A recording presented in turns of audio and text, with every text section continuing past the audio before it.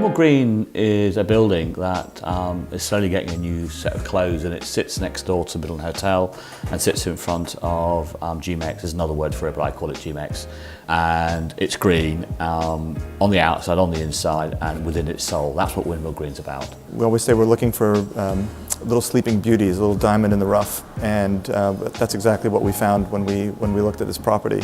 It was empty for 7 years. It was sitting right under everyone's nose, and yet if you ask people where the great development opportunities were in Manchester, no one would ever mention this building. So we thought we were onto something. The concept, really, the business plan around it is to breathe life back into the building and create really a community around it. So very much a multi-let basis.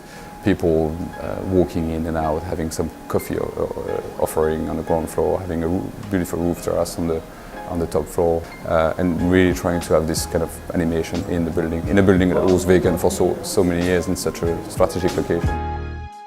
Normally when you talk about sustainability with a developer, it's us designers pushing them to take on board and do things, and actually it's the other way around, and it's really quite refreshing to see somebody that actually believes in what they're trying to create, and it's amazing about their passion, and that's why we said yes in terms of getting involved. We talk a lot about how we build for the future, how do we build forward, and we think that's just good business. And so when we look at sustainability or ESG, we look at how do we create the buildings of tomorrow, and that's really what's at the heart of the strategy. The space actually isn't an office, it's actually a space where tribes and people can come and work together, and a community can be built. And it's done with amazing pieces of stuff about the foundation of the building, and stuff happening on the roof, and stuff happening underneath the ground, and all that sort of stuff. I mean, honestly, it'll be a game changer for Manchester.